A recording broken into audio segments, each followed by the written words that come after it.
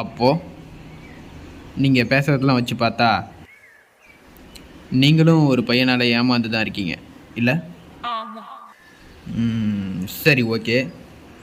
இந்த அளவுக்கு மெச்சூர்டாக பேசுகிற நீங்கள் ஏன் வீட்டில் பார்க்குற பையனை கல்யாணம் பண்ணிக்காமல் முன்னாடியே ஒரு பையனை லவ் பண்ணீங்க?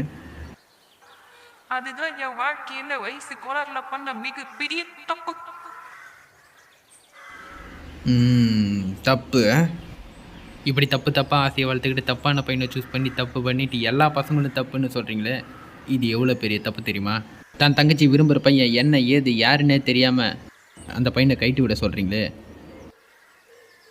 இது எவ்வளோ பெரிய தப்பு.